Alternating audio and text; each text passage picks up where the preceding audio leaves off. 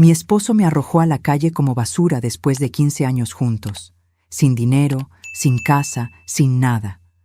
Cuando usé la vieja tarjeta que mi padre me había dejado, el gerente del banco se puso pálido y dijo: «Señora, rápido, necesita ver esto». Lo que descubrí ese día lo cambió todo, y mi exmarido aún no sabe lo que le espera.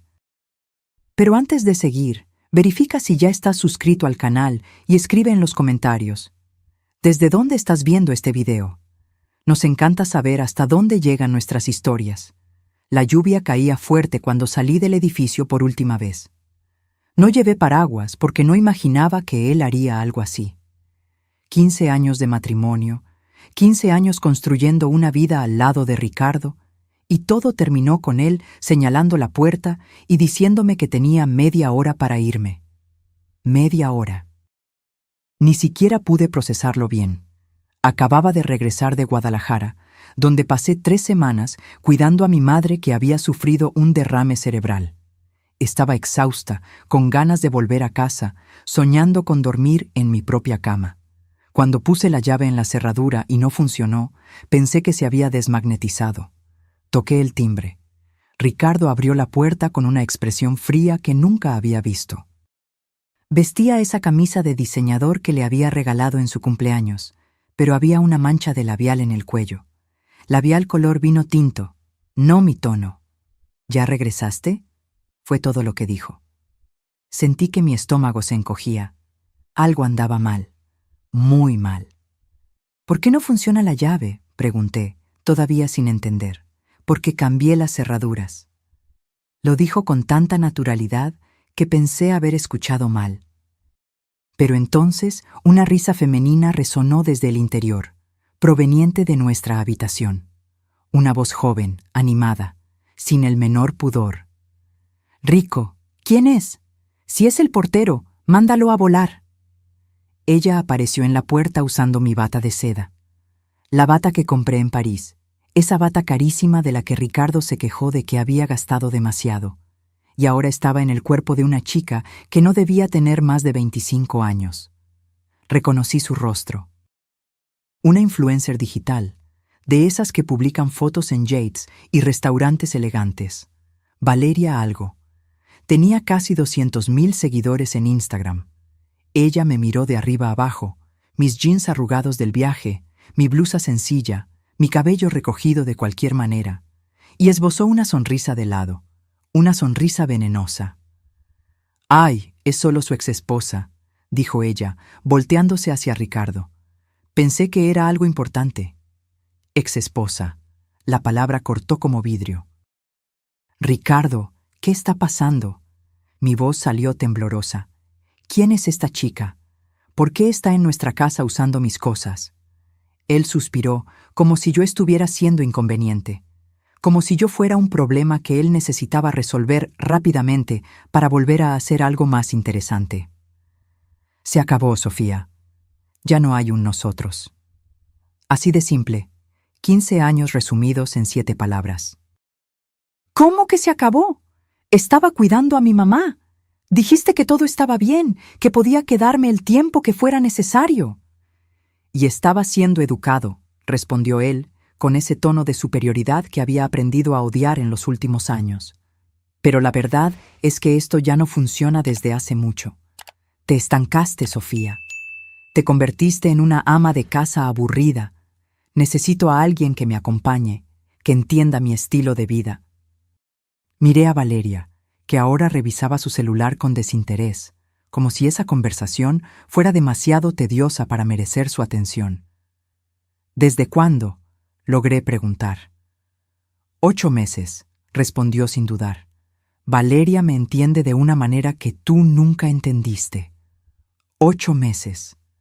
Mientras yo me levantaba temprano para hacer su café de la manera que le gustaba, mientras organizaba sus fiestas de empresa, mientras fingía no notar que él estaba cada vez más distante. Ya había reemplazado nuestra vida entera por otra mujer. «Acompáñame abajo», ordenó Ricardo. «Vamos a resolver esto de forma civilizada, sin escándalos». Me guió hasta el elevador. Bajamos en silencio. En el vestíbulo del edificio, donde vivíamos desde hacía 10 años, en la exclusiva colonia Polanco, donde yo saludaba a los vecinos todas las mañanas, me llevó a un rincón discreto, lejos de las miradas curiosas. «Ya presenté la solicitud de divorcio hace 3 semanas», dijo él, sacando un sobre del bolsillo. «Aquí está todo, firmado y registrado. El departamento está a mi nombre, los autos también, las cuentas conjuntas ya las vacié». Mi mundo dio vueltas. «No puedes hacer eso. Yo tengo derecho». «¿Derecho?». Él se rió. «Sofía, no trabajas desde hace 10 años. Viviste a mi costa todo este tiempo. Si quieres pelear en la corte, adelante, pero gastarás lo que no tienes en abogados y perderás de todos modos. Acéptalo y sigue adelante». El portero se acercó, trayendo mi maleta. Esa maleta vieja que había usado en el viaje a Guadalajara.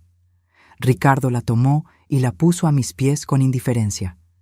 «Tu ropa está ahí, el resto lo tiré. De todas formas, ya no sirve para nada». Miré la maleta. 15 años cabían en una maleta desgastada. «No puedes dejarme sin nada», susurré, sintiendo que las lágrimas empezaban a arder. «Ricardo, por favor. Si no armas un problema, tal vez te dé una ayuda económica. Unos 10,000 pesos para que vayas a ver a tu madre y te quedes por allá hasta que te organices». 10,000 pesos. Como si eso compensara 15 años de mi vida. Algunas personas en el vestíbulo se detuvieron a observar. Susurros. Miradas de lástima. Ricardo lo notó y se irritó. «Deja de hacer un numerito», dijo, elevando la voz. «Seguridad». 2 guardias de seguridad se acercaron. Los conocía a los dos, don Raúl y don Pepe, que siempre me saludaban con amabilidad. Ahora estaban allí para escoltarme afuera. «Disculpe, doña Sofía», dijo don Raúl en voz baja, tomando mi maleta. «No queremos hacer esto, pero...». «Entiendo», lo interrumpí, tratando de mantener algo de dignidad. Miré hacia atrás por última vez. Ricardo ya regresaba al elevador, el celular en la oreja, probablemente hablando de negocios con alguien. Como si yo nunca hubiera existido. Las puertas de cristal del edificio se cerraron detrás de mí, aislándome de 15 años de mi vida. Me quedé allí parada en la acera, bajo la lluvia que ahora caía más fuerte, con una maleta vieja y un sobre lleno de papeles que oficializaban mi humillación. El mundo seguía moviéndose a mi alrededor. Autos pasando, gente corriendo para protegerse de la lluvia, la ciudad indiferente a mi desesperación. Comencé a caminar sin rumbo, arrastrando la maleta por las calles mojadas. No podía volver a Guadalajara en ese estado. Mi madre aún se estaba recuperando, demasiado frágil para soportar esta noticia. No tenía amigas cercanas. Perdí contacto con todas cuando me casé, absorbida completamente por el mundo de Ricardo. La noche cayó rápido. Las luces de la ciudad se encendieron, escaparates brillantes, restaurantes llenos, parejas riendo. Yo era invisible, una sombra mojada y perdida. Entré en una fonda barata y pedí un café. Abrí mi cartera, tenía 230 pesos. Era todo lo que me quedaba en el mundo. 230 pesos. No alcanzaba ni para una noche en un hotel decente. Mi celular estaba con 5% de batería. Abrí la aplicación del banco, temblando. La cuenta conjunta que Ricardo y yo teníamos estaba en ceros. Él había sacado hasta el último centavo, incluido el dinero que yo tenía antes de casarme, una pequeña herencia de mi abuela. Todo. Se llevó todo. Sentí ganas de gritar, de llorar, de romper algo. Pero solo pude quedarme allí sentada, mirando esa pantalla con saldo cero, mientras la realidad caía sobre mí como un peso abrumador. Estaba sola, sin dinero, sin casa, sin nadie. Fue entonces cuando vi la tarjeta. Estaba escondida en el compartimento más profundo de la cartera, detrás de una foto antigua de mi padre. La tarjeta era azul oscuro, algo descolorida en los bordes, con el logotipo de un banco que ni recordaba que todavía existiera. Banco Regional del Bajío. Tomé la tarjeta con dedos temblorosos. La última vez que había visto eso fue hace 15 años, cuando mi padre me la dio antes de casarme.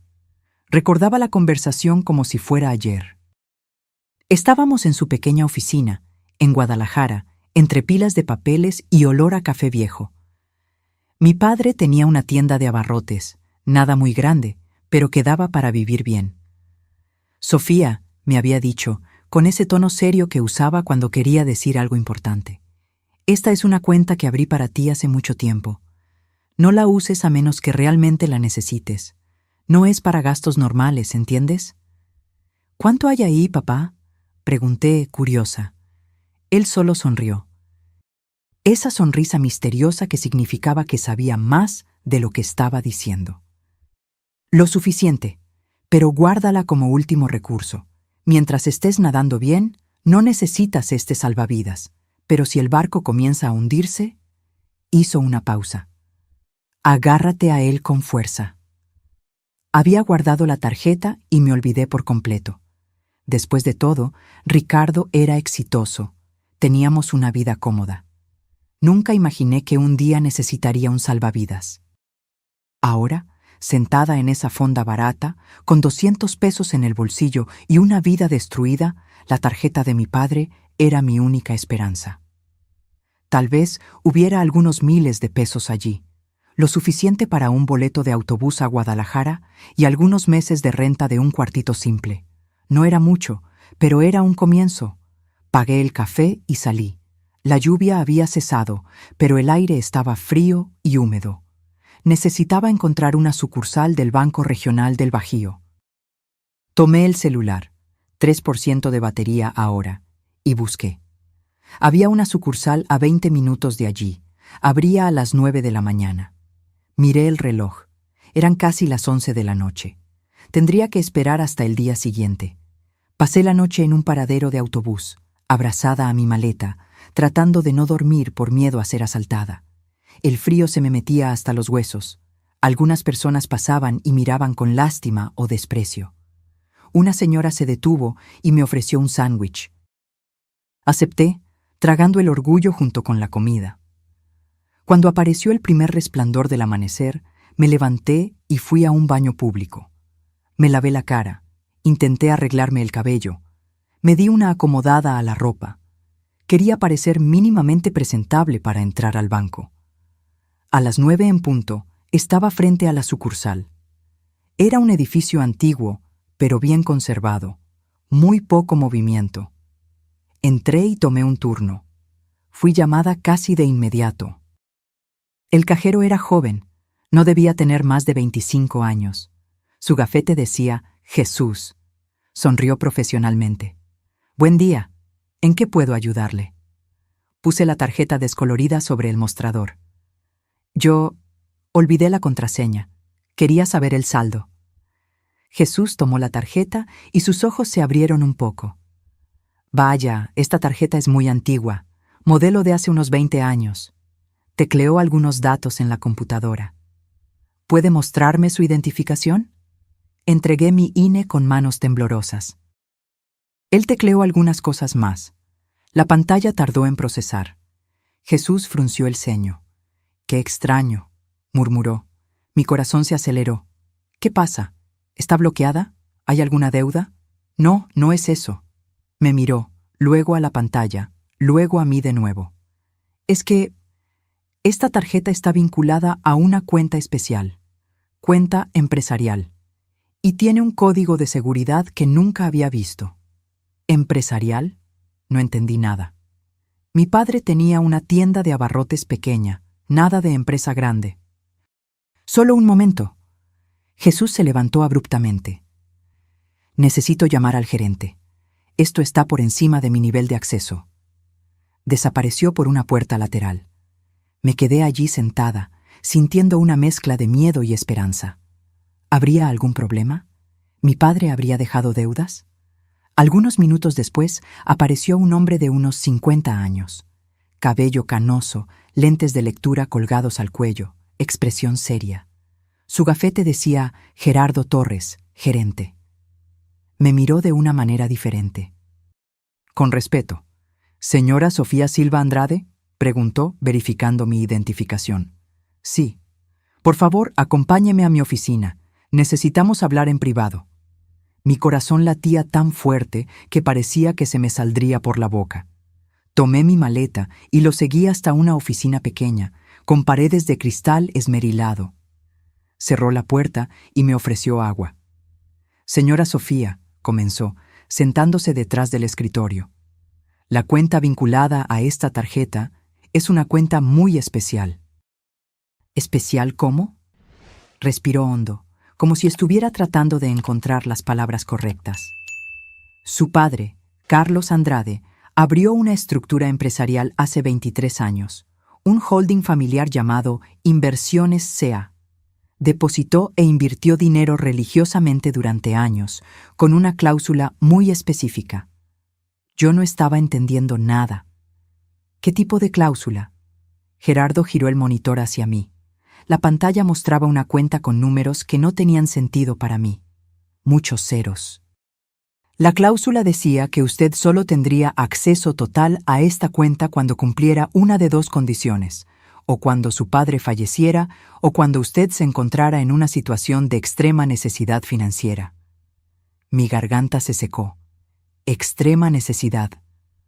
Su padre fue muy específico. Programó el sistema para que, si usted usaba esta tarjeta después de años de inactividad y si sus cuentas personales estuvieran en ceros, eso accionaría automáticamente la transferencia de control hacia usted. Miré la pantalla. Esos números no podían ser reales. ¿Cuánto hay ahí? Mi voz salió casi en un susurro. Gerardo se ajustó los lentes. En total, considerando inversiones, acciones, fondos y el dinero en cuenta corriente, estamos hablando de aproximadamente 8.400.000 pesos. El mundo se detuvo. 8.400.000 pesos. Esto no puede ser cierto, logré decir. Mi padre tenía una tienda de abarrotes pequeña, vendía arroz, frijoles, productos básicos. Aparentemente también invertía muy bien, dijo Gerardo con media sonrisa. Y durante mucho tiempo. El interés compuesto hace milagros cuando se tiene paciencia y disciplina. Abrió un cajón y sacó un sobre grande, amarillento por el tiempo. Su padre le dejó esto, con instrucciones de que solo fuera entregado cuando la cuenta se activara. Tomé el sobre con manos temblorosas. Mi nombre estaba escrito en el frente, con la caligrafía firme de mi padre. «Puede abrirlo», dijo Gerardo con amabilidad. «Le daré privacidad». Salió de la oficina. Me quedé allí sola, sosteniendo ese sobre como si fuera a explotar. Rasgué el borde con cuidado y saqué varias hojas de papel. La primera era una carta, escrita a mano. «Mi querida Sofía, si estás leyendo esto, significa que algo salió muy mal, o que yo ya no estoy aquí. De cualquier manera, quiero que sepas que todo lo que hice fue pensando en tu futuro. Yo crecí pobre, hija, muy pobre. Vi a mi madre sufrir por no tener dinero para comer. Vi a mujeres buenas ser destruidas por hombres malos, porque no tenían opción, porque dependían de ellos para todo. Cuando naciste, juré que tú nunca pasarías por eso, que siempre tendrías una opción. Trabajé duro toda la vida. La tienda de abarrotes daba ganancias, pero no era solo eso. Invertía cada centavo que me sobraba. Aprendí solo, leyendo libros, estudiando el mercado. Cometí errores, pero aprendí de ellos. Creé este holding en secreto porque no quería que ningún hombre se acercara a ti por dinero. Quería que eligieras por amor, no por necesidad. Pero también quería que, si un día lo necesitabas, tuvieras dónde apoyarte. La cláusula de extrema necesidad fue intencional. Si estás leyendo esto ahora, es porque estás pasando por algo difícil, y quiero que sepas, no estás sola. Yo te cuidé, incluso después de irme. Usa este dinero con sabiduría, no para vengarte, sino para construir tu propia vida. Una vida libre, donde dependes solo de ti misma. Sé fuerte, mi hija. Siempre fuiste más fuerte de lo que imaginabas. Con todo mi amor, tu padre. Las lágrimas caían sobre el papel, manchando algunas palabras. Pero no eran lágrimas de tristeza, eran de gratitud, de amor, de comprensión. Mi padre me había protegido incluso después de la muerte. Me sequé los ojos y respiré hondo. Gerardo regresó a la oficina, trayendo más papeles. Hay algunas decisiones que deben tomarse, dijo él. El holding tiene acciones en algunas empresas, fondos de inversión y una pequeña propiedad rural en Puebla. Todo necesita su firma ahora que usted es la titular legal. Miré esos papeles. Cada uno representaba años de trabajo silencioso de mi padre. Años planeando mi futuro mientras yo vivía despreocupada. Necesito 3 cosas ahora, dije, sorprendida por la firmeza de mi propia voz. Gerardo tomó un bolígrafo. Dígame. Primero, necesito dinero en efectivo. Literalmente no tengo nada. Podemos hacer un retiro inmediato de hasta 50,000 pesos. Más que eso necesita aviso previo. 20,000 está bien. Segundo, necesito un lugar seguro para quedarme. Un hotel discreto donde mi exmarido no pueda encontrarme si me busca. Gerardo asintió. Conozco un hotel que acepta reservas corporativas, discreto, seguro, sin preguntas. Y tercero, hice una pausa. Necesito un abogado, el mejor abogado de divorcios que conozca. Alguien que no tenga miedo de pelear con gente rica. Gerardo sonrió, por primera vez, una sonrisa verdadera. Conozco a la persona indicada, la licenciada Guadalupe Lupe Núñez. Es implacable, especializada en casos de reparto de bienes donde uno de los cónyuges intenta ocultar patrimonio. Perfecta. Salí del banco 3 horas después con un bolso que contenía 20,000 pesos en efectivo, 3 tarjetas de crédito corporativas, un fajo de documentos sobre mis nuevos activos y el número de la licenciada Lupe Núñez anotado en un papel. No era la misma mujer que había entrado. Mi primera parada fue en una tienda de ropa. Nada extravagante, pero ropa limpia, nueva, que me hiciera sentir humana de nuevo. Compré 2 pantalones, 3 blusas, ropa interior, una chamarra ligera y un par de zapatos cómodos. Me cambié allí mismo en el probador y tiré la ropa vieja a la basura. Luego fui directamente al hotel que Gerardo me había indicado. Era discreto, como prometió. Un edificio antiguo remodelado, sin portero llamativo, entrada sobria. Hice el check-in a nombre del holding, como persona moral. La habitación era pequeña pero limpia. Ducha caliente, cama firme, silencio. Tomé el baño más largo de mi vida, dejando que el agua caliente se llevara toda la suciedad, el miedo y la humillación de las últimas 24 horas. Cuando salí del baño, me miré en el espejo empañado. Mi rostro todavía estaba cansado, pero mis ojos tenían algo diferente, una determinación que no estaba allí antes. Llamé al número de la licenciada Lupe. Despacho Núñez y Asociados, contestó una voz femenina y profesional. Me gustaría hablar con la licenciada Lupe, es urgente. La licenciada está en una reunión, ¿puedo tomar su contacto? Por favor, dígale que es Sofía Andrade. Gerardo Torres, del Banco Regional del Bajío, me recomendó. Es sobre un caso de divorcio con ocultación de patrimonio. Hubo una pausa. Solo un momento. Menos de un minuto después, otra voz contestó, más grave, más firme. Sofía, soy Lupe Núñez. Gerardo me llamó más temprano. Estoy al tanto de la situación. ¿Podemos vernos hoy? ¿Hoy? Me sorprendió la rapidez. Cuanto más rápido empecemos, mejor.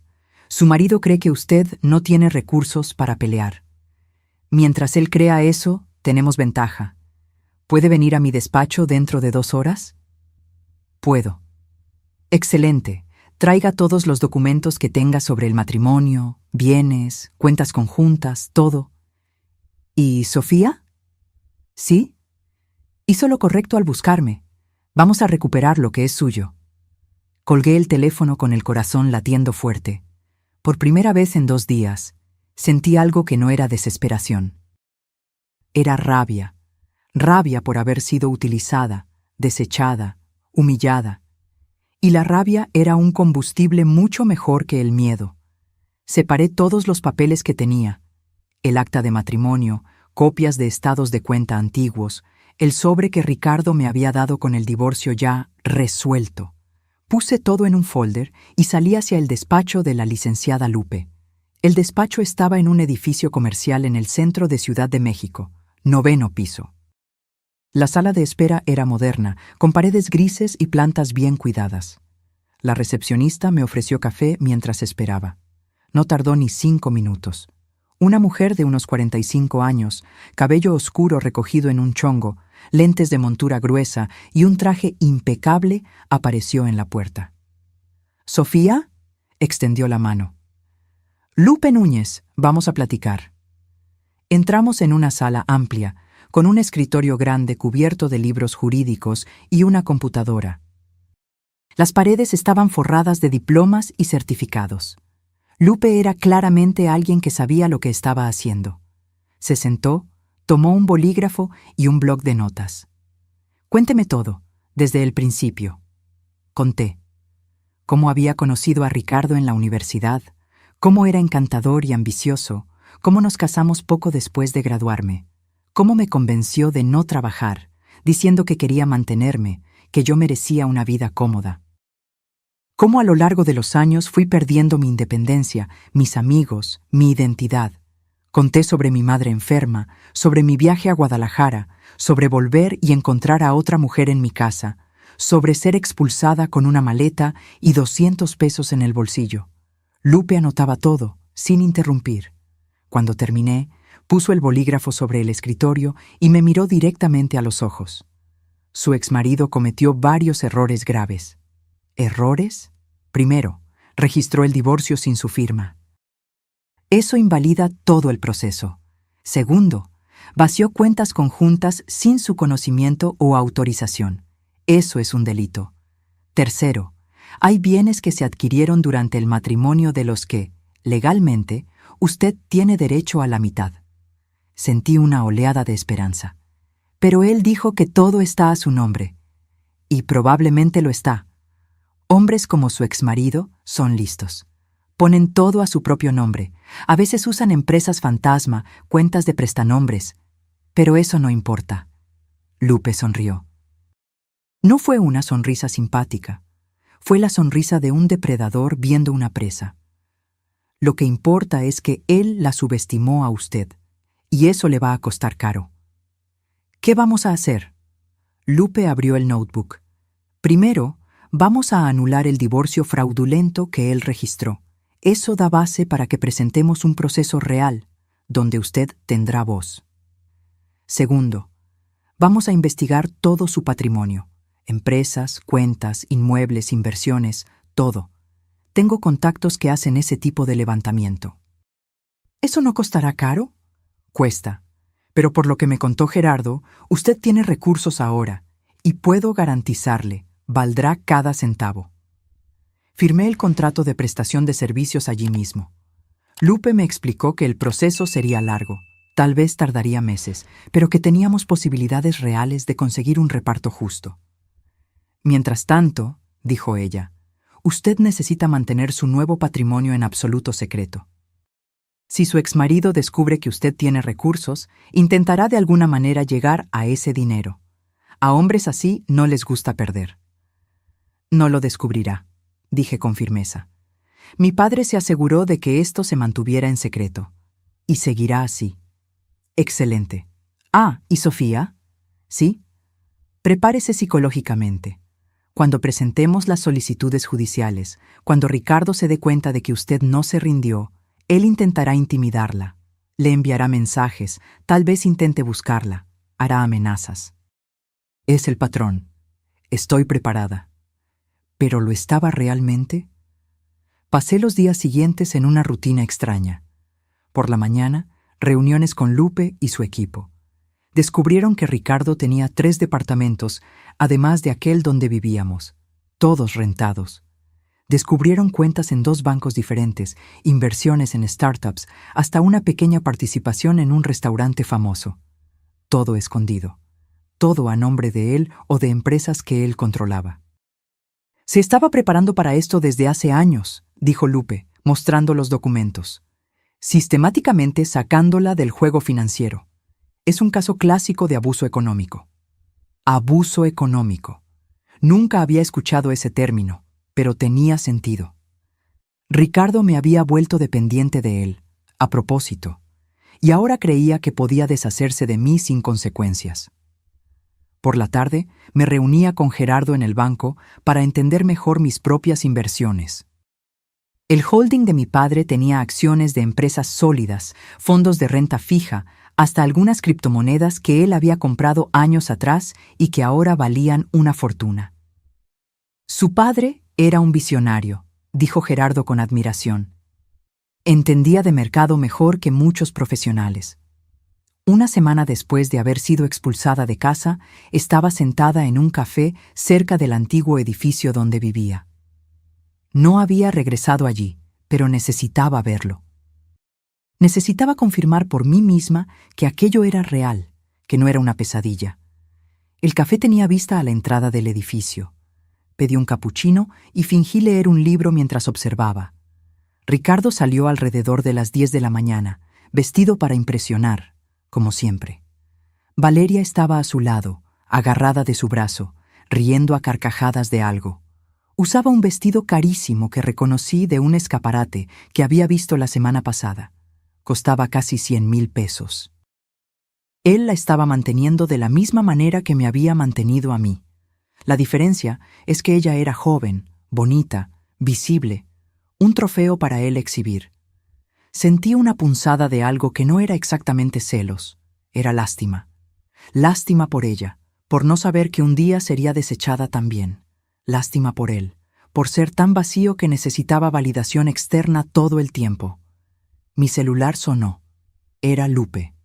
Sofía, tenemos novedades. Conseguí una orden judicial para bloquear las cuentas de Ricardo temporalmente.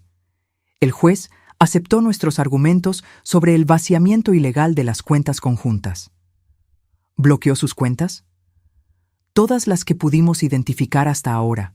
No puede mover nada hasta que el proceso sea juzgado. Y hay más. Presentamos la solicitud de anulación del divorcio fraudulento. Él recibirá la notificación hoy. Miré por la ventana del café. Ricardo y Valeria entraban en un auto importado, riendo, sin idea de lo que estaba a punto de suceder. Perfecto, dije. Gracias, Lupe. Es solo el comienzo. Ahora viene la parte interesante. Colgué y me quedé mirando cómo su auto desaparecía en la esquina. El juego había comenzado, y esta vez yo tenía ases bajo la manga que él ni soñaba que existían. La notificación legal le llegó a Ricardo un martes por la mañana.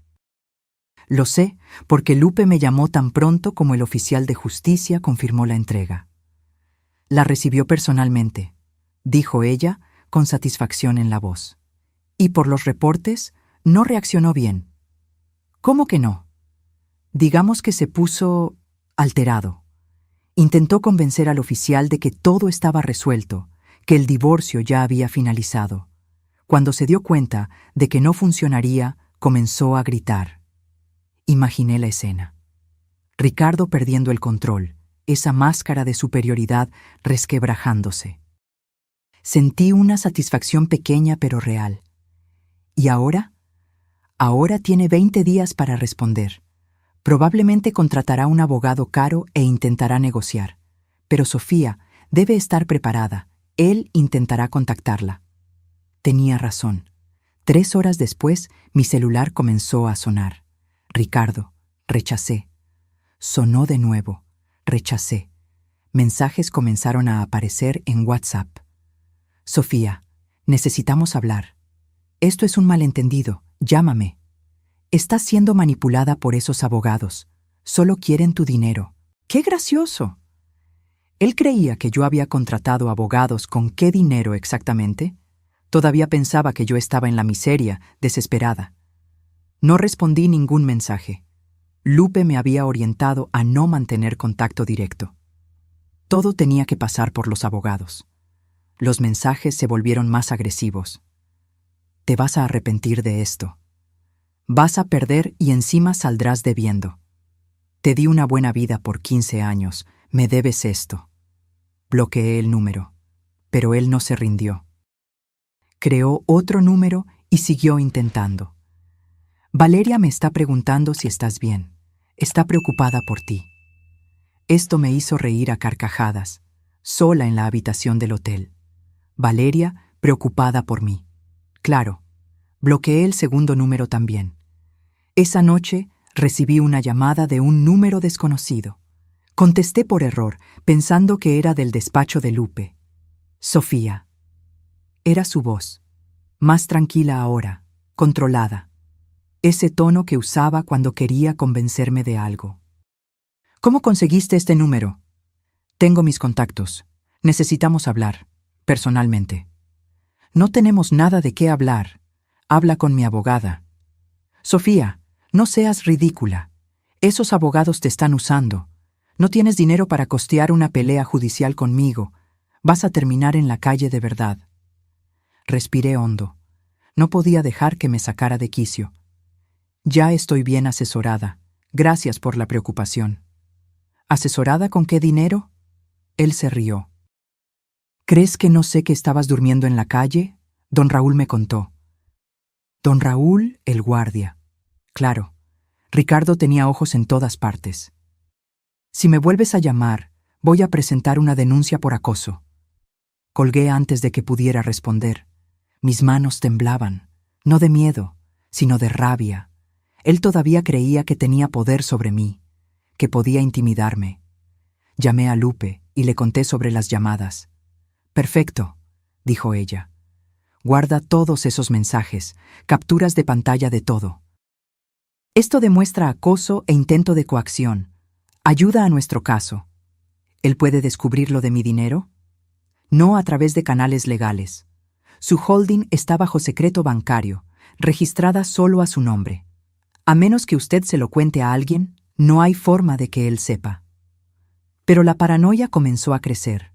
¿Y si contrataba a un investigador privado? ¿Y si de alguna manera lo descubría? Gerardo me tranquilizó cuando llamé al día siguiente. Su estructura patrimonial está protegida. Su padre se aseguró de eso. El holding no aparece en consultas públicas. Las inversiones están en cuentas corporativas separadas. Incluso un investigador tendría dificultades para rastrear. Aún así, decidí ser más cuidadosa. Me cambié de hotel, a uno aún más discreto. Comencé a variar mis horarios y rutas. Tal vez fuera exagerado, pero no quería arriesgarme. 2 semanas después de la notificación, Lupe me citó para una reunión urgente. Ricardo contrató un despacho grande. Abogados Márquez y Silveira. Son caros y agresivos. ¿Eso es malo? No necesariamente. Los despachos grandes a veces están más preocupados por la reputación y prefieren acuerdos, pero también significa que él se lo está tomando en serio. Puso unos papeles sobre el escritorio. Enviaron una propuesta de acuerdo. Tomé los documentos. Ricardo ofrecía 500,000 pesos como acuerdo final. Ningún reparto de bienes, ningún derecho sobre los inmuebles o empresas. Solo $500,000 en efectivo, pagado en 24 mensualidades. Es un insulto, dijo Lupe. Usted tiene derecho legal a mucho más que eso. Los bienes adquiridos durante el matrimonio valen al menos 8 millones. La mitad de eso es suyo. Entonces lo rechazamos. Exactamente. Y vamos a contraatacar. Ya terminamos el levantamiento completo de su patrimonio. Encontramos más cosas interesantes. Abrió el notebook y me mostró una hoja de cálculo detallada. Además de los inmuebles y cuentas que ya sabíamos, habían descubierto que Ricardo tenía participaciones en una empresa constructora, participación en 2 desarrollos inmobiliarios y hasta un rancho en Puebla que estaba a nombre de la empresa. ¿Todo esto se adquirió durante el matrimonio?, pregunté. No, parte fue antes, pero creció mucho durante, y por ley, el crecimiento patrimonial durante el matrimonio se divide. Me mostró cálculos complejos, proyecciones, comparaciones. Mi cabeza daba vueltas con tantos números. ¿Cuánto cree que podemos conseguir? Lupe sonrió. Si ganamos todo lo que estamos pidiendo, entre 3 y 5 millones, más una pensión compensatoria por los años que usted dedicó al matrimonio y renunció a su carrera. 3 a 5 millones. Sumado a lo que ya tenía de mi padre, serían más de 10 millones. No se trataba del dinero, me repetía a mí misma. Se trataba de justicia. Se trataba de no dejar que él saliera impune después de tratarme como basura. Sigamos adelante, dije. Esa noche, sola en el hotel, pensé en llamar a mi madre. Ella merecía saber lo que estaba pasando, pero aún estaba frágil de salud y no quería preocuparla. En su lugar, escribí una carta que nunca enviaría, contando todo, sobre Ricardo, sobre el divorcio, sobre el dinero de mi papá, sobre la lucha judicial. Escribir ayudó a organizar mis pensamientos, a procesar todo lo que estaba sucediendo. Cuando terminé eran las 3 de la mañana. Doblé la carta y la guardé en la maleta.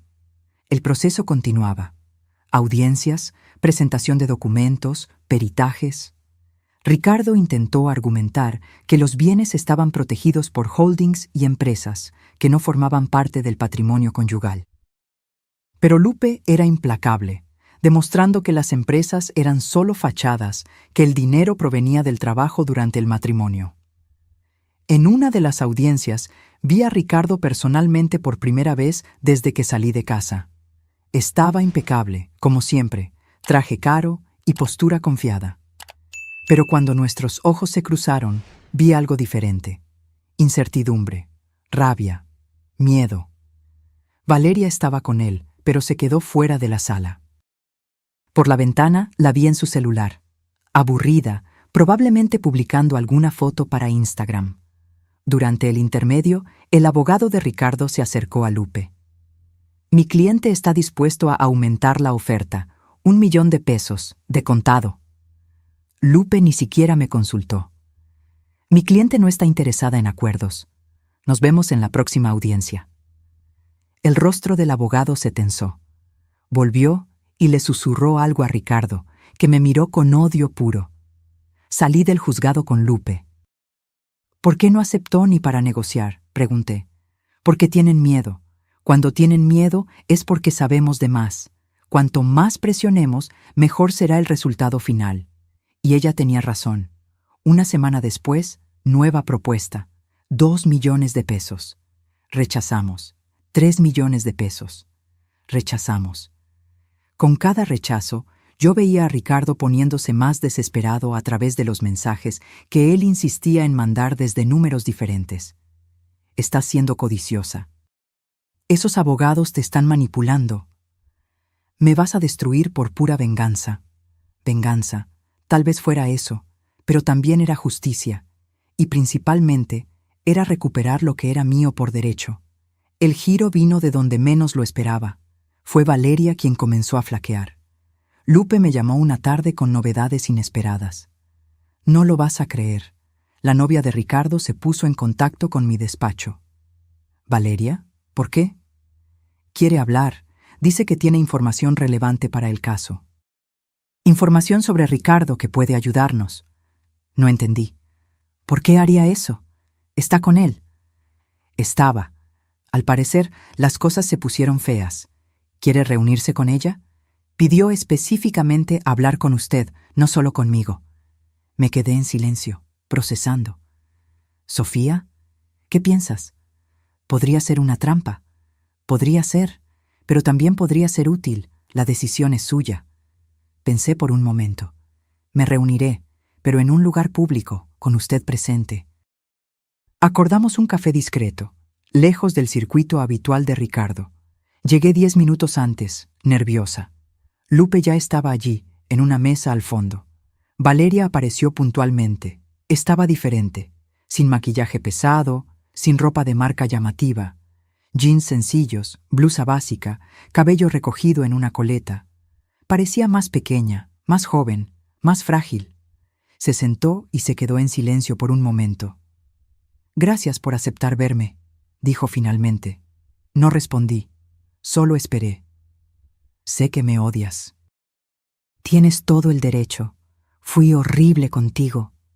«Lo fuiste». Ella suspiró. «Yo no sabía. Juro que no sabía la verdad sobre ustedes dos». «¿La verdad?» No pude evitar el tono sarcástico. La verdad es que estabas durmiendo con un hombre casado. Lo sé, pero él me dijo que ustedes estaban separados desde hace meses, que tú sabías de él y que todo estaba bien, que era solo cuestión de tiempo para que saliera el divorcio.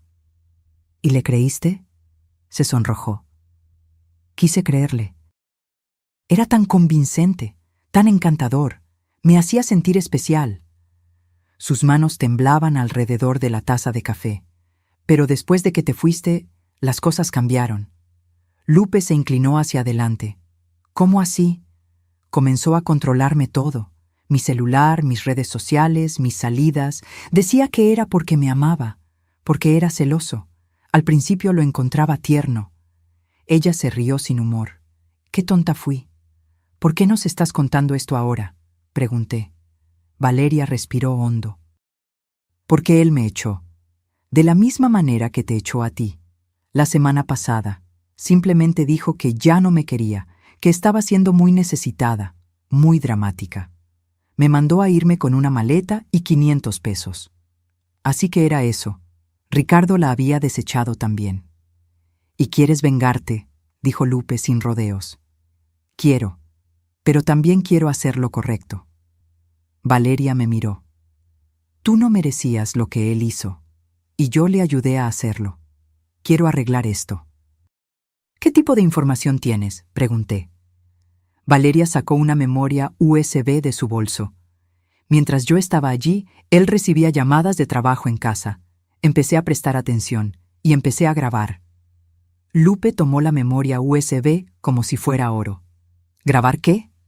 Conversaciones de él sobre negocios. Hay una obra que está construyendo en el sur de la ciudad, en la colonia Narvarte. Usó material más barato que el especificado en el proyecto. Y hay audios de él acordando sobornos con un inspector de la delegación para aprobar una inspección. El silencio cayó sobre la mesa. «Esto es...» Lupe hizo una pausa. «Esto es muy serio». «Lo sé.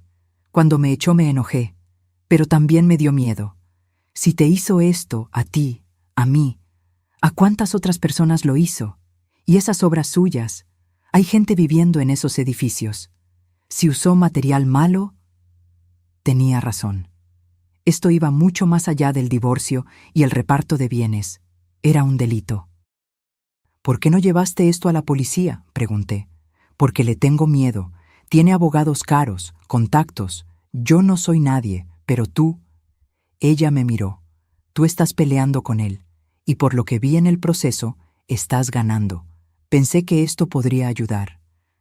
Lupe analizó la memoria USB. «Voy a necesitar un técnico para verificar la autenticidad de estos audios. Y usted va a necesitar firmar un documento confirmando que fue usted quien grabó, de su puño y letra. Lo firmo, lo que sea necesario». Pasamos otra hora en el café, mientras Lupe hacía preguntas detalladas.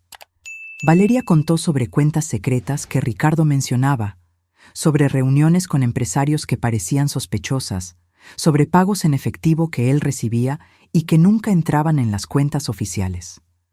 Cuando terminamos, Valeria se levantó para irse. Se detuvo y me miró.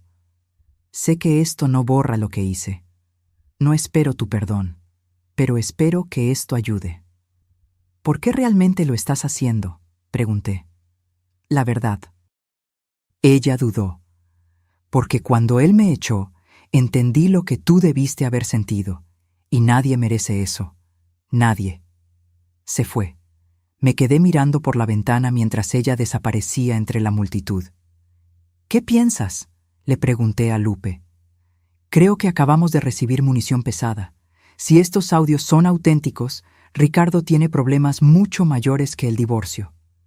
Tenía razón. 2 días después, el técnico confirmó que los audios eran verdaderos, sin ediciones ni manipulaciones. Las conversaciones eran claras. Ricardo acordando usar material más barato y embolsarse la diferencia. Ricardo ofreciendo dinero a un inspector para aprobar una obra que no estaba dentro de las normas. «¿Qué hacemos con esto?», pregunté. Lupe se quedó en silencio por un momento. «Tenemos 2 opciones. Lo usamos como palanca en el divorcio, para forzar un mejor acuerdo, o lo entregamos a las autoridades y dejamos que la justicia siga su curso. ¿Qué recomienda? Personalmente, las dos cosas. Primero, lo usamos como palanca. Cuando consigamos nuestro acuerdo, entonces lo entregamos a la policía. Así usted queda protegida financieramente y él aún responde por los delitos. Parecía calculador, frío, pero también parecía lo correcto. Hagámoslo. Lupe programó una reunión con los abogados de Ricardo, presencial, sin revelar el motivo. El día de la reunión, entramos en una sala de conferencias en un hotel neutral. Ricardo estaba allí con sus dos abogados. Cuando me vio, su rostro se contorsionó en una mezcla de rabia y desprecio. ¿Todavía no has desistido de esta payasada?, dijo él. Siéntese, doctor Ricardo, dijo Lupe con calma. Tenemos una propuesta. Puso una tablet sobre la mesa y apretó play. La voz de Ricardo llenó la sala. Usa el cemento más barato. Nadie sabrá la diferencia. El margen de ganancia se duplica. Su rostro se puso blanco. Lupe hizo una pausa y miró a sus abogados. Tenemos 12 horas de audio en esta línea, incluyendo acuerdos de soborno, uso de material irregular y discusiones sobre evasión fiscal, todo debidamente autenticado por perito. Uno de los abogados de Ricardo se levantó. Esto es inadmisible como prueba. Fue obtenido ilegalmente. Fue obtenido por una tercera persona que estaba presente en las conversaciones, perfectamente legal, e incluso si no fuera usado en el proceso de divorcio, nada impide que sea entregado a la fiscalía. Ricardo explotó. «¿Esto es chantaje?» «No», respondió Lupe con calma. «Es negociación. Usted tiene dos opciones. Primera, cerramos un acuerdo justo de reparto hoy. Usted transfiere la mitad del patrimonio conyugal, conforme lo determina la ley, y todos seguimos nuestras vidas. Segunda, no cierra el acuerdo. Nosotros entregamos este material a la policía hoy mismo, y usted responde por varios delitos mientras sigue peleando en la corte por el reparto». Silencio. Los abogados de Ricardo se miraron. Uno de ellos pidió un momento en privado con el cliente. Salimos de la sala. Me quedé nerviosa en el pasillo. «¿Cree que funcionará?», le pregunté a Lupe. «Funcionará. No tienen elección». 15 minutos después nos llamaron de vuelta. Ricardo estaba derrotado, encorvado en la silla, mirando la mesa. Uno de los abogados habló por él. «Mi cliente acepta hacer el reparto igualitario de los bienes, la mitad de todo lo adquirido durante el matrimonio, más una compensación de 500,000 pesos por daños morales». Lupe me miró. Yo asentí. «Acepto, pero quiero todo por escrito hoy, y la transferencia inicial de los inmuebles comenzando la próxima semana». «Lo vamos a gestionar». Llevó el resto del día, pero salimos de allí con un acuerdo firmado, reconocido ante notario y registrado. Ricardo me transferiría 2 departamentos, la mitad de las participaciones en las empresas y 2.8 millones de pesos en efectivo, pagados en 6 meses. Total, aproximadamente 4.5 millones de pesos. Cuando salimos del hotel, ya era de noche. Lupe me abrazó. «Lo lograste, hiciste justicia». Pero no se sentía como una victoria. Se sentía solo. El final de un capítulo. «¿Y los audios?», pregunté. «Mañana por la mañana iré personalmente a la fiscalía. Ricardo tendrá que lidiar con eso también». Volví al hotel exhausta. Tomé una ducha larga y me desplomé en la cama. Por primera vez en meses, dormí profundamente. 2 días después, la noticia salió en los periódicos. Empresario de la construcción de Polanco investigado por fraude y corrupción. La foto de Ricardo estaba en primera plana, saliendo de la delegación con cara de pocos amigos. Mi celular sonó. Era Valeria. «¿Viste?», preguntó ella. «Vi». «Gracias, por hacer lo correcto. Tú ayudaste». Hubo una pausa. «¿Estás bien?». «Lo estoy. ¿Y tú?». «Volví a la casa de mis padres en Monterrey. Estoy recomenzando». «¿Y tú?». Miré alrededor de la habitación de hotel que había sido mi casa en las últimas semanas. Yo también estoy recomenzando. Con el acuerdo firmado y las transferencias comenzando, necesité tomar decisiones prácticas sobre mi vida. No podía quedarme en un hotel para siempre. Gerardo me ayudó a organizar las finanzas. Con el dinero del reparto sumado a la herencia de mi padre, tenía recursos para vivir cómodamente el resto de mi vida sin trabajar. Pero la idea de no hacer nada me incomodaba. ¿Qué te gustaba hacer antes de casarte?, preguntó Gerardo durante una reunión. Tuve que pensar. Hacía tanto tiempo. Estudié arquitectura. Nunca ejercí, pero siempre me gustó el diseño, crear espacios. Entonces, ¿por qué no vuelves a hacerlo? Parecía imposible. 15 años lejos de la profesión. Todo había cambiado. Software, tendencias, tecnologías. Pero la idea se quedó en mi cabeza. Arquitectura, crear cosas bonitas y funcionales, ayudar a la gente a tener mejores casas. Decidí que lo primero que iba a diseñar sería mi propia casa. Un lugar que fuera completamente mío, sin malos recuerdos, sin asociaciones con Ricardo. Pasé semanas buscando terrenos. Quería algo tranquilo, pero no muy lejos de la ciudad. Un lugar donde pudiera volver a empezar. Encontré un terreno perfecto en un fraccionamiento cerrado, a 40 minutos del centro de la ciudad. Muchos árboles, vista a las montañas, silencio. Compré de contado. Contraté a un arquitecto para que me ayudara con los detalles técnicos, pero el proyecto sería mío. Pasaba horas dibujando, imaginando cada habitación, cada detalle. Quería una casa llena de luz, grandes ventanales, pocos muros, integración con el jardín.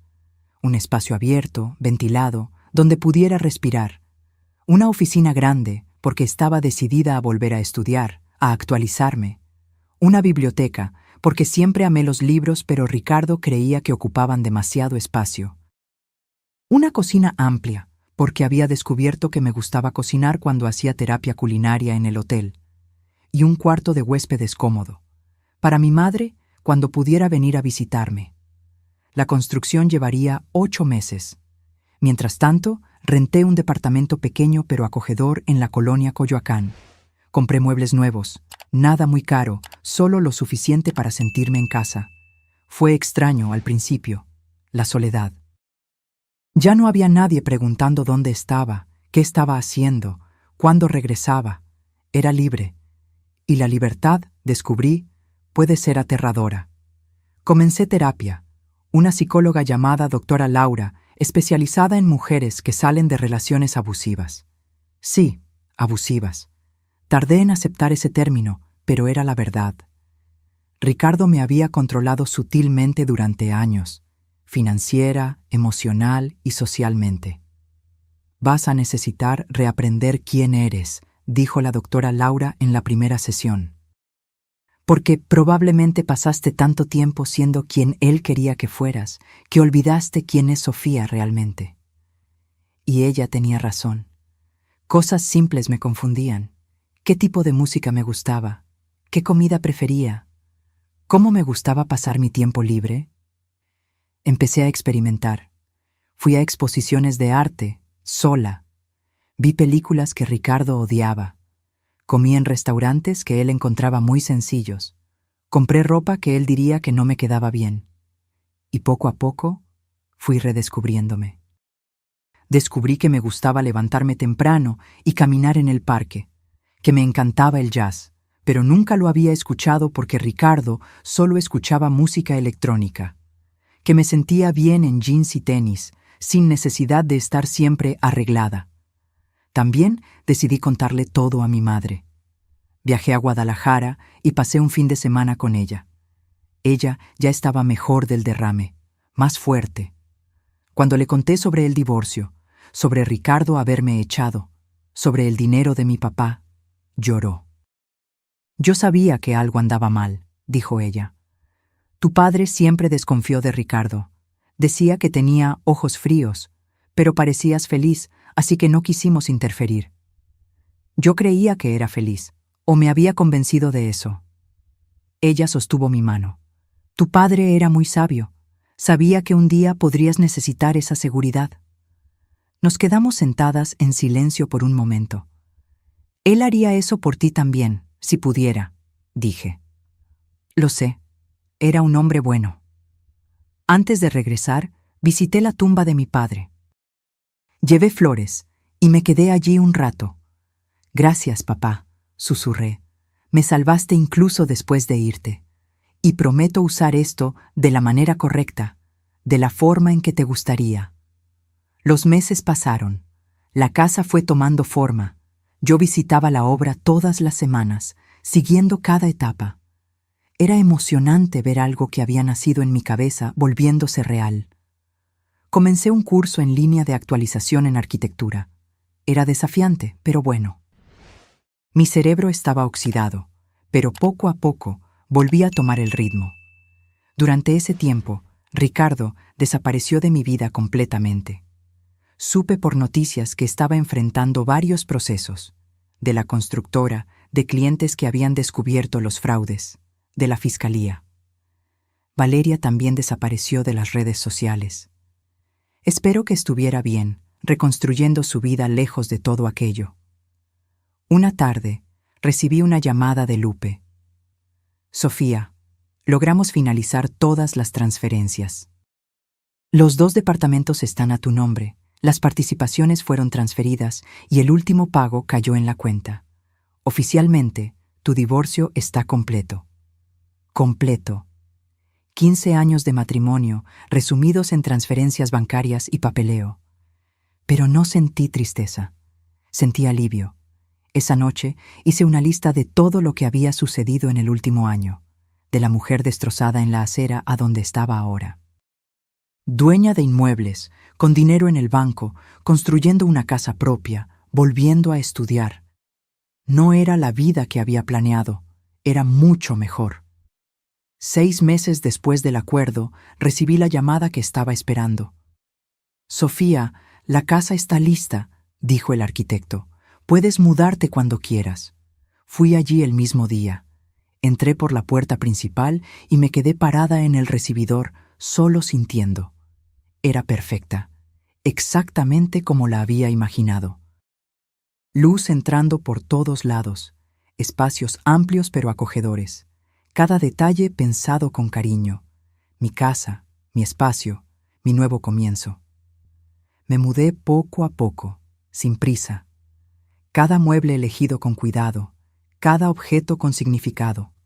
Nada de ostentación, nada para impresionar a nadie. Solo lo que me hacía feliz. El día que colgué el último cuadro en la pared de la sala, me senté en el sofá y miré alrededor. Estaba en casa, finalmente. 1 año después de haber sido expulsada de casa, mi vida era irreconocible. La casa quedó hermosa, con un jardín que yo misma cuidaba. Descubrí que me gustaba la jardinería, algo terapéutico en cuidar plantas, verlas crecer. Terminé el curso de actualización en arquitectura y comencé a hacer pequeños trabajos freelance. Nada grande, solo proyectos de remodelación para conocidos. Pero era gratificante usar mi creatividad de nuevo, crear espacios que hacían feliz a la gente. Gerardo sugirió que hiciera algo más con mi situación financiera. Tienes recursos. ¿Por qué no inviertes en algo que haga la diferencia? La idea se quedó en mi cabeza. ¿Diferencia cómo? Fue durante una sesión de terapia que tuve la idea. ¿Cuántas mujeres están en la situación en la que tú estabas?, preguntó la doctora Laura. Atrapadas en relaciones malas porque no tienen independencia financiera, sin calificación profesional porque lo dejaron todo por el matrimonio, sin red de apoyo porque se aislaron. Muchas. La respuesta era muchas. ¿Y si pudiera ayudar?, pensé en voz alta. ¿Y si creara algo para mujeres en esa situación? La idea creció. Hablé con Gerardo, con Lupe, con otros profesionales. Y poco a poco, el proyecto tomó forma. Creé una ONG llamada Nuevo Amanecer. El objetivo era ayudar a mujeres que salen de relaciones abusivas o difíciles a reconstruir sus vidas. Ofrecíamos acompañamiento jurídico gratuito a través de una alianza con el despacho de Lupe.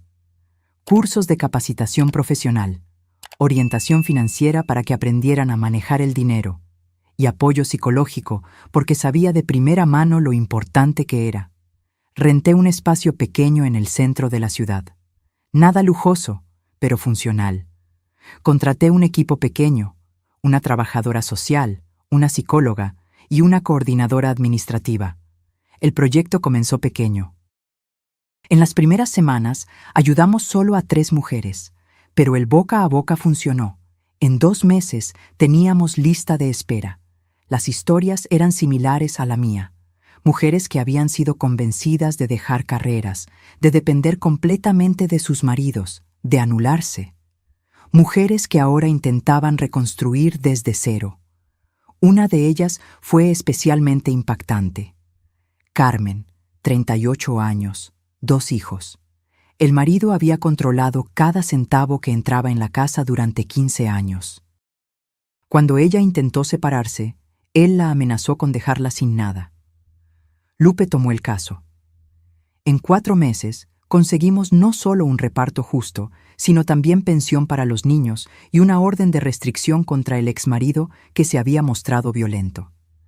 Carmen hizo un curso de administración que ofrecimos. Consiguió empleo en una empresa pequeña y estaba reconstruyendo su vida. «Me salvaste», me dijo un día, con lágrimas en los ojos. «No», respondí. «Tú te salvaste. Yo solo te di las herramientas». El trabajo en la ONG me llenaba de una manera que nunca imaginé.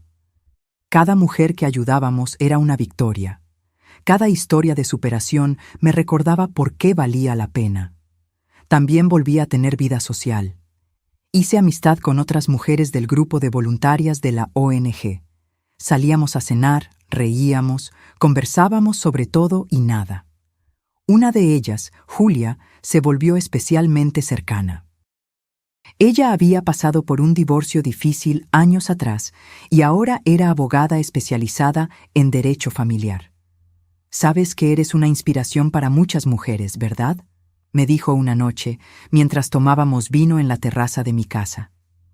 Yo me sorprendí. No hice nada extraordinario. «Sofía, saliste del fondo del pozo y creaste algo hermoso. No solo reconstruiste tu vida, sino que estás ayudando a otras a reconstruir las suyas. Eso es increíble». No lo había pensado así. Para mí, era solo hacer lo que parecía correcto. Pero poco a poco, me di cuenta de que mi historia tenía poder. Comencé a dar conferencias en universidades y grupos de mujeres, contando mi experiencia.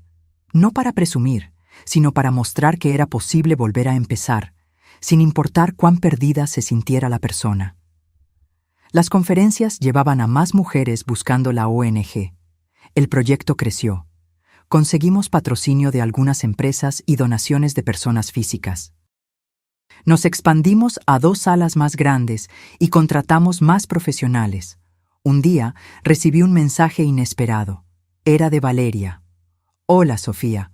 Sé que probablemente no quieres hablar conmigo, pero quería contarte. Estoy estudiando la universidad, psicología. Quiero ayudar a mujeres que han pasado por relaciones abusivas, como yo y tú. Gracias por haber demostrado que es posible volver a empezar».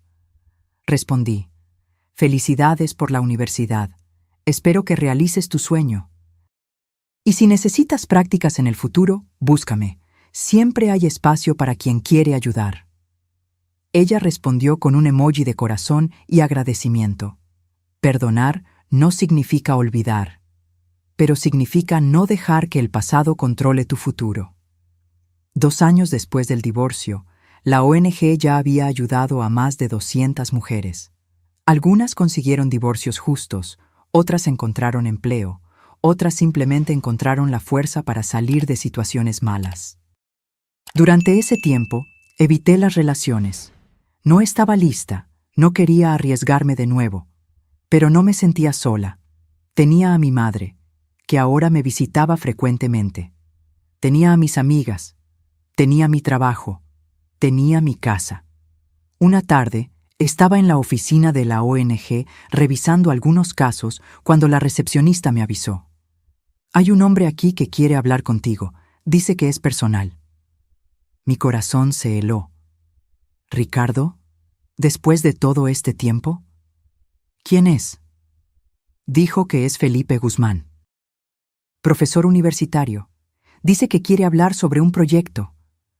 Respiré aliviada. No era Ricardo. Felipe entró.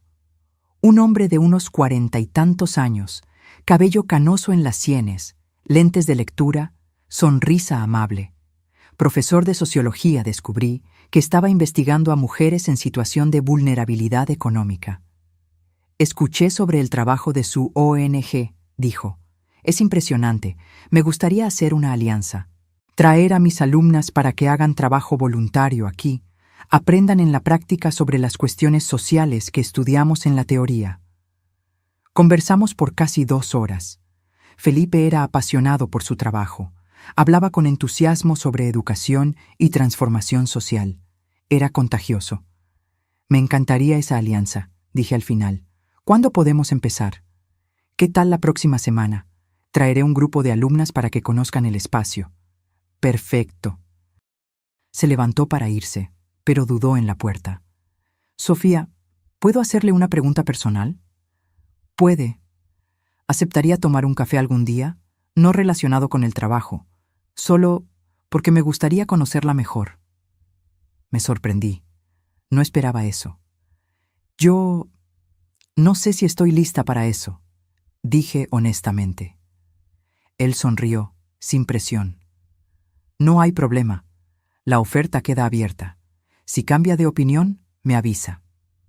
Después de que se fue, me quedé pensando. Habían pasado 2 años. ¿Estaría lista? Llamé a la doctora Laura. ¿Qué piensas? ¿Estoy lista para intentarlo de nuevo? Ella se rió suavemente. Sofía, solo tú puedes responder eso, pero voy a hacerte una pregunta. ¿Eres feliz ahora? Lo soy. ¿Y aceptar salir con alguien cambiaría eso? ¿Serías menos feliz? Pensé. No necesariamente. Entonces tal vez la pregunta no es si estás lista, sino si quieres. ¿Quieres conocer a esa persona mejor? ¿Quería?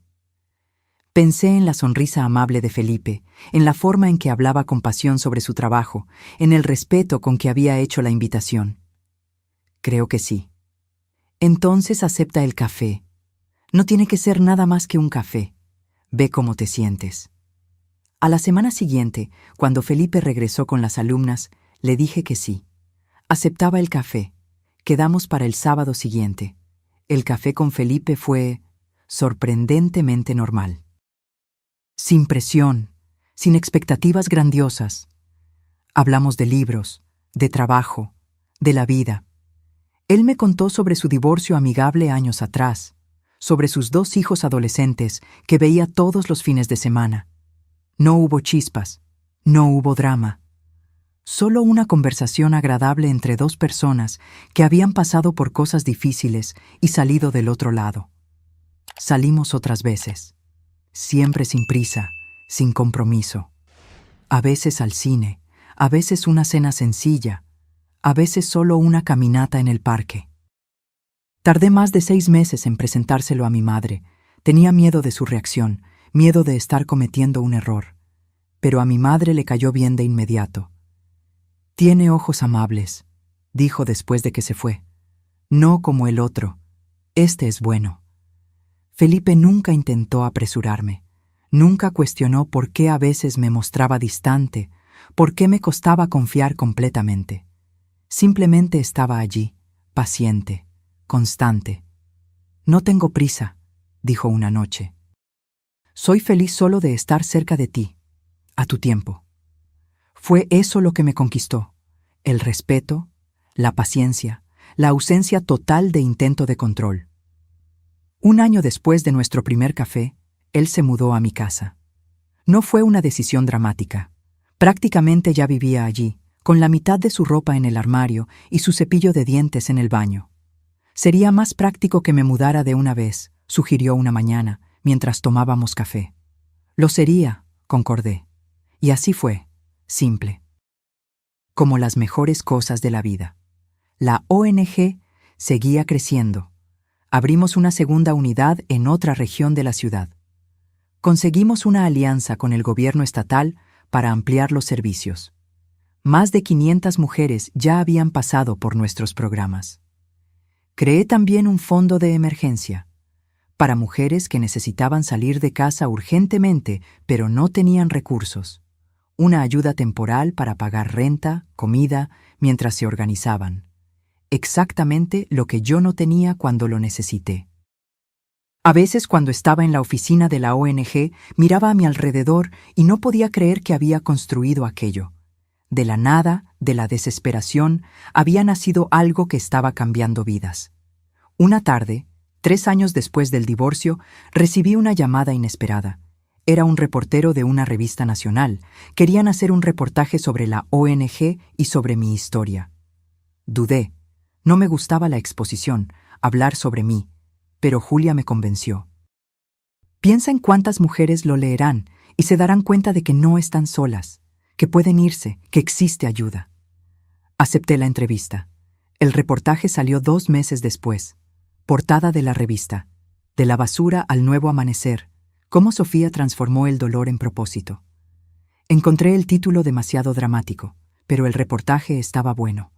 Contaba mi historia sin sensacionalismo, hablaba sobre la ONG, incluía testimonios de mujeres que habíamos ayudado.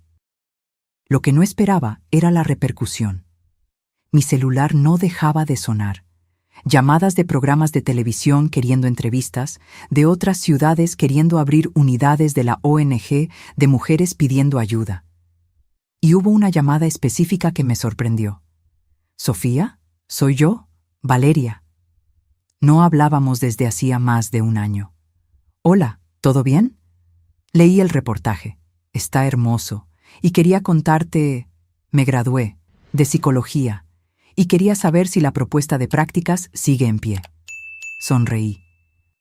Lo está. ¿Cuándo puedes empezar? ¿La próxima semana? Perfecto. Bienvenida al equipo. Valeria se convirtió en una de las mejores profesionales de la ONG. Entendía por experiencia propia lo que esas mujeres estaban pasando. Lograba conectar con ellas de una manera única. Un día, tomando café en la cocina de la oficina, me dijo: «¿Sabes? A veces pienso en el pasado y me da vergüenza, de lo que hice, de cómo era. Eras joven, fuiste manipulada